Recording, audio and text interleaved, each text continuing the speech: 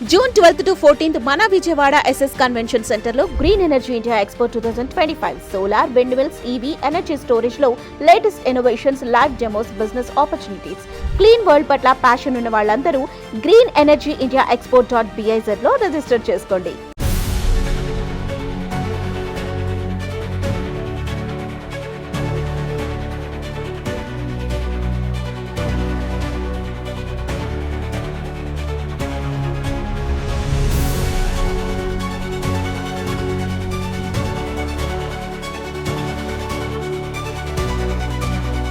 Hi viewers, welcome to Aadhan Marokonam. నేను ప్రసాద్. వైసీపీకి మరో మాజీ మంత్రి బై చెప్పబోతున్నారా? విషయం ఏంటి అంటే, మొన్న 2024 ఎన్నికల ఫలితాలు వచ్చిన తర్వాత వైసీపీ పరిస్థితి చాలా దారుణంగా ఉంది. ఎందుకంటే అంత దారుణమైన ఓటమిని మూటగట్టుకుంది.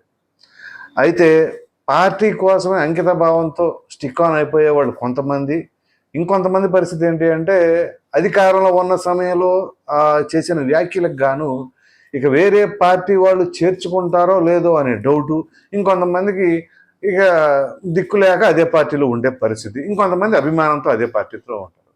అయితే ఒక్కొక్కళ్ళు ఒక్కొక్క కేటగిరీలో మాట్లాడుకోవచ్చు. ఇప్పుడు ఇదంతా ఎవరి కోసం చెప్తున్నానంటే, వైసీపీకి సంబంధించి మాజీ మంత్రి అధికారంలో ఉన్న సమయంలో చక్కగా మంత్రి పదవిని అనుభవించి విపరీతమైన అనుచిత వ్యాఖ్యలు చేసి చివరికి ట్రోలింగ్ స్టార్గా పేరు పొందినటువంటి వ్యక్తి. అది ఎవరు అంటే అదేనండి, గుడివాడ అమర్నాథ్. ఐటీ మినిస్టర్గా చేశాడు కదా ఆయనకి సరే కాపు సామాజిక వర్గం అనేది కొంత ఎస్సెట్ అనుకోవచ్చు. ఎందుకంటే వైసీపీలో కాపు సామాజిక వర్గం ఉండటం అనేది అది జగన్మోహన్ రెడ్డి గారు దాన్ని ఆయుధంలాగా వాడుకుంటూ ఉంటారు. ఈ నేపథ్యంలో జరిగింది ఏంటి, పవన్ కళ్యాణ్ ఆయనే టార్గెట్.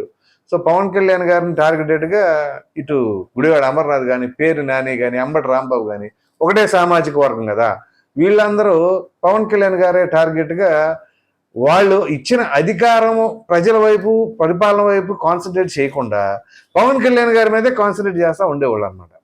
సో ప్రధానంగా ఈ గుడివాడ అమర్నాథ్ ఈయన పరిస్థితి ఏంటి అంటే, ఈయన అదృష్టమో లేకపోతే ప్రజల దురదృష్టమో తెలియదు కానీ స్వర్గీయ గౌతమ్ రెడ్డి గారు ఆయన ఐటీ మినిస్టర్గా ఉన్నారు, హఠాన్ మరణం పొందారు. సో ఆయన బ్రహ్మాండంగా ఒక విధంగా చెప్పాలి అంటే వివాదాలకి చాలా దూరంగా ఉంటాడనమాట ఆయన. సో అటువంటి వ్యక్తికి ఆ పదవి బ్రహ్మాండంగా యాప్ట్. సో ఆ వ్యక్తి హఠాన్ మరణం పొందడం, ఇక ఆ స్థానంలో తీసుకొచ్చి గుడివాడ అమర్నాథ్కి ఇచ్చారు. ఈయన అసలు ఐటీ శాఖకు సంబంధించి ఏమైనా ఎప్పుడైనా ప్రెస్ మీట్ పెట్టి కానీ ఇదిగో ఇంతమందికి ఉపాధి కల్పించారని, ఈయన కంపెనీలు తీసుకొచ్చారని మాట్లాడరు.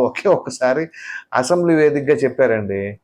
అది ఏమిటంటే అప్పడాలు, బొబ్బట్లు, ఇంకేదో చెప్పుకొచ్చాడు, అల్లం వెల్లుల్లి పేస్ట్ అంట, మామిడి తాండ్రా, ఇలాంటి ఇవన్నీ అంటే ఈ ఇండస్ట్రీలా. ఇక అది అప్పటి నుంచి ఆయన పెద్ద ట్రోలింగ్ స్టార్ అయిపోయాడు. దాని తర్వాత కోడిగుడ్డు తీరి ఒకటి చెప్పాడు, ఆ కోడిగుడ్డు అంటాడు, ఆ పిల్లలు అన్నాడు, ఏదో చెప్పాడు. ఇక అప్పటి నుంచి ఇక ఒక విధంగా చెప్పాలంటే కోడిగుడ్డు మంత్రి అని కూడా పేరు సంపాదించుకున్నాడు. సరే ఎనీహౌ అది ట్రోలర్స్ మాట్లాడుకునేది. కానీ ఇక్కడ ప్రజలకు సంబంధించింది ఏం చేశాడు అంటే చేసింది ఏం లేదు, శూన్యం అని చెప్పేసి మొన్న జరిగిన ఎన్నికల ఫలితాలను బట్టి అర్థం చేసుకోవచ్చు. అయితే ఇప్పుడు వైసీపీ మనుగడ ఎలా ఉంది, ఈ నాయకులందరూ కూడా ప్రక్క చూపు చూస్తున్నారా? ప్రక్క చూపు చూస్తే ప్రక్క పార్టీ వాళ్ళు రాణించే పరిస్థితి ఉందా, లేదు ఆ పార్టీలో అసంతృప్తిగా ఉంటే వీళ్ళకి ఆల్టర్నేట్ ఆప్షన్ ఏముంది? ఇవన్నీ అనకాపల్లి నుంచి ట్రాన్స్ఫర్ చేశారు, పొలిటికల్ ట్రాన్స్ఫర్ అనేది తీసుకొచ్చారు కదా జగన్మోహన్ రెడ్డి గారు.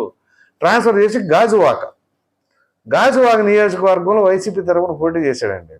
చివరికి ఏమైంది, ఏపీలో ఉన్న నియోజకవర్గాలన్నింటిలో కూడా టాప్ మెజారిటీ ఇదే గాజువాకలో కూటమికి వచ్చింది. అంటే అంత దారుణమైన ఓటమిని నెంబర్ 1 స్థానంలో మూటగట్టుకున్నాడు గుడివాడ అమర్నాథ్. ఇది ఎంత ఘోర అవమానం, ఇది ఒక ఎత్తు. దీని తర్వాత ఏం జరిగింది, ఇప్పుడు ఆ గాజువాక నియోజకవర్గంలో అంతకుముందు మాజీ ఎమ్మెల్యేగా ఉన్నటువంటి తిప్పల నాగిరెడ్డి వాళ్ళ అబ్బాయిని ఇన్ఛార్జిగా చేశారు. సో ఇప్పుడు ఈయన పరిస్థితి ఏంటి, ఈయన ఎక్కడికి వెళ్ళాలి, నేను విశాఖపట్నంలోనే ఉంటానని అనుకున్నాడు. తీరా కట్ చేస్తే విశాఖపట్నం లేదు, ఏమీ లేదు అని చెప్పేసి చివరికి ఆయనకి చోడవరం ఇన్ఛార్జికి ఇచ్చారంట.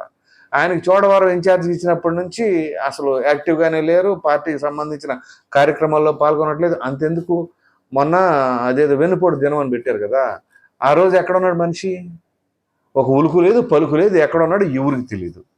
సో ఆ చోడవరం మాజీ ఎమ్మెల్యే అయినటువంటి కర్ణం ధర్మశ్రీని తీసుకొచ్చాం, అనకాపల్లిలో ఆయనకి ఇన్ఛార్జిగా చేశారు. సో ఈయన ఏంటి, సరే భీమిలన్నా ఇస్తారేమో, భీమిలన్నా పోదాం, అక్కడ కాపు సామాజిక వర్గం వాళ్ళు ఉన్నారు అని చెప్పేసి అని అనుకుంటున్నాడు. సో ఇవేమీ కాదు, చోడవరం ఇన్ఛార్జ్గా ఉన్నానని చెప్పేసి పార్టీ అధిష్టానం చెప్పింది. నాకు అర్థం కాని క్వశ్చన్ ఏంటంటే, ఇది ఖచ్చితంగా మీరే సమాధానం చెప్పాలి కామెంట్ సెక్షన్లో. కాపు సామాజిక వర్గం అనగానే ఏమన్నా వీళ్ళు రిజెంబుల్ చేసేవాళ్ళు ఐకాన్సా ఏంటి నాకు అర్థం కాదు. గుడివాడ అమర్నాథ్ కానీ, ఈ పేరు నాని కానీ, అంబటి రాంబాబు కానీ అరెస్ట్ చేసినప్పుడేమో అంబటి రాంబాబు ఒక కాపు కులస్తుడని చెప్పేసి కులం కార్డు వాడేస్తాడు. పేరు నాని ఏమో ఇంకా చెప్పేది ఏముంది, ఇంకా ఆయన గురించి. వీళ్ళందరూ కాపు కులస్తులు అనగానే ఒక పవన్ కళ్యాణ్ గారిని గమనిస్తారా, లేకపోతే వీళ్ళని చూస్తారా? కాపు కులస్తులు అంటే ఫర్ ఎగ్జాంపుల్ అనుకుందాం, ఇప్పుడు కాపు కులం గురించి మాట్లాడితే వీళ్ళు, ఇదే కాపు కులస్తులు ఉంటే ఏ నియోజకవర్గంలో అయినా, అది అంబటి రాంబాబు పోటీ చేసేదైనా, పేరు నాని పోటీ చేసేదైనా, లేదా గుడివాడ అమర్నాథ్ పోటీ చేసేదైనా, వీళ్ళు పోటీ చేసిన చోట పవన్ కళ్యాణ్ని చూస్తారా? ఒకవేళ పోటీలో ఈ వీళ్ళని కాపు సామాజిక వర్గంలో చూస్తారా? అల్టిమేట్గా పవన్ కళ్యాణ్ గారినే చూసుకుంటారు కదా. పవన్ కళ్యాణ్ గారి నుంచి ఇమేజ్ ఎవరికైనా ఉందా రాష్ట్రంలో? సో మాట్లాడితే కాపు సామాజిక వర్గం అని చెప్పేసి, అంటే కాపు సామాజిక వర్గంలో ఎక్కువ ఎక్కడ ఉంటే వీళ్ళు ఏ పార్టీలోనూ వీళ్ళు ఓట్లు వేసారు. పోనీ ఇండివిజువల్గా వీళ్ళు ఏమైనా అంత చరిష్మా గల నాయకులా, పోనీ కులాలకి ప్రాంతాలకు అతీతంగా అనుకుందాం, అంత చరిష్మా గల నాయకులా, పోనీ మంత్రిగా వీళ్ళకి అవకాశాలు ఇచ్చినప్పుడు, ఇప్పుడు నేను చెప్పిన ముగ్గురు కూడా మంత్రులుగా చేసిన వాళ్ళేగా.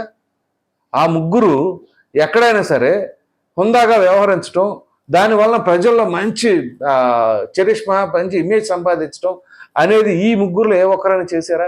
కానీ కులం మాత్రం బ్రహ్మాండంగా వాడేసుకుంటారు. సో ఎనీహౌ ఇప్పుడు వాళ్ళిద్దరి గురించి ఎందుకని, ఈ గుడివాడ అమర్నాథ్ ఏంటంటే, ఇప్పుడు ఈ జరిగిన పరిణామాల నేపథ్యంలో వైసీపీ కార్యక్రమాలకు గాను, పార్టీకి సంబంధించిన సమావేశాలకు గాను కొంచెం దూరంగా ఉంటున్నాడు అనేది ఇప్పుడు మీడియాలో బాగా చర్చ జరుగుతోంది. ఈ నేపథ్యంలో ఆయనకి వైసీపీకి దూరం కాబోతున్నాడా?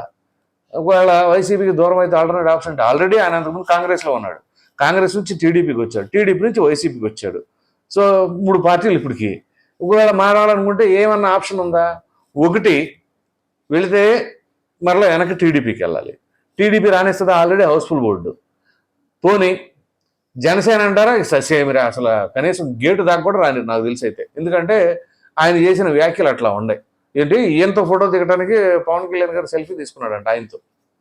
ఈ కామెంట్లు అసలు పవన్ కళ్యాణ్ గారు ఎక్కడ, గుడివాడ అమర్నాథ్ ఏం మాట్లాడతారో ఏంటో మరి. సరే ఎనీహౌ ఆయన అలా మాట్లాడాడు.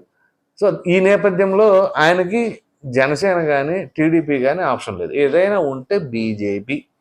సో ఇప్పుడు ఉన్న పరిస్థితుల్లో 3 పార్టీలు కలిసి కానీ నిర్ణయం తీసుకోవాలని మొన్న కూడా సీఎం గారు చెప్తారు. ఎందుకంటే పార్టీలో కోవర్టులు తయారవుతున్నారని. సో ప్రతి ఒక్కరిని కూడా సూక్ష్మంగా గమనించాలి, ఏ ఒక్కరిని కూడా అంత తేలిగ్గా నమ్మకూడదు అనే పరిస్థితి, ప్రతి ఒక్కరిని చూస్తే అనుమానించాల్సిన పరిస్థితులు ఉన్నాయని. సో ఈ నేపథ్యంలో ఆయనకి ఇటు వెళ్తే బీజేపీ, లేదంటే కాంగ్రెస్.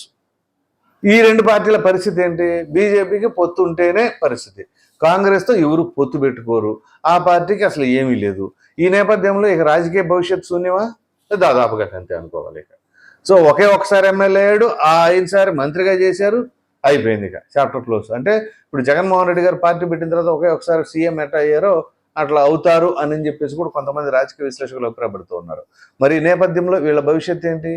సో అఫ్కోర్స్ ఇంకా చాలా మంది ఉన్నారు లిస్టు, కాకపోతే ఇప్పుడు లైమ్ లైట్లోకి వచ్చింది ఈ గుడివాడ అమర్నాథ్కి సంబంధించిన ఎపిసోడ్ కాబట్టి ఆయన గురించి మనం మాట్లాడుకుంటాం. సో ఎనీహౌ వీళ్ళు స్వయం కృతాపరాధమే.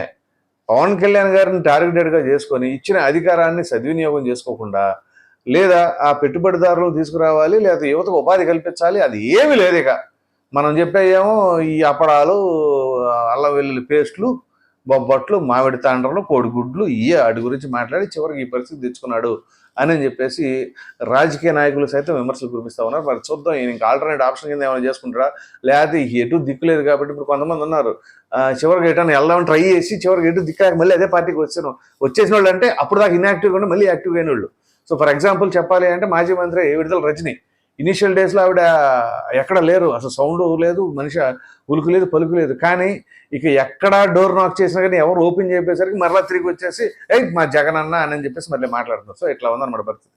సో అదే తరహాలో ఏమన్నా ఉంటుందా ఏంటి అనేది చూద్దాం. ఈ వీడియో కనుక మీకు నచ్చినట్లు లైక్ చేయండి, షేర్ చేయండి. అదేవిధంగా మరి గుడివాడ అమర్నాథ్ ట్రోలింగ్ స్టార్గా పరిగణించబడే ఆయన ఏవైనా సరే పార్టీని దూరం కాబోతున్నాడు వైసీపీకి. మరి దూరం అయితే ఆయన భవిష్యత్తు ఏంటి అనేది మీ అభిప్రాయాన్ని కామెంట్ సెక్షన్లో తప్పకుండా తెలియజేయండి. Thank you.